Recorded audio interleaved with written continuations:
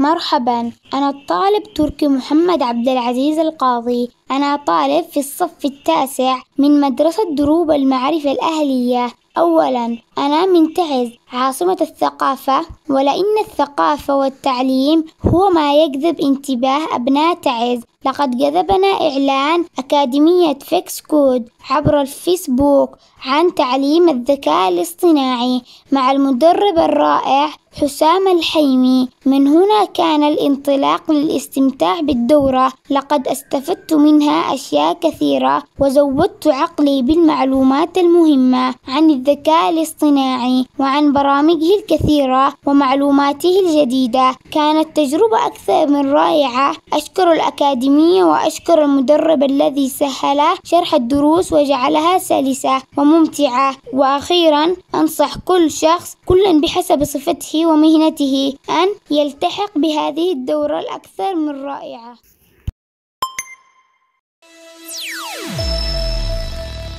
فيكس كود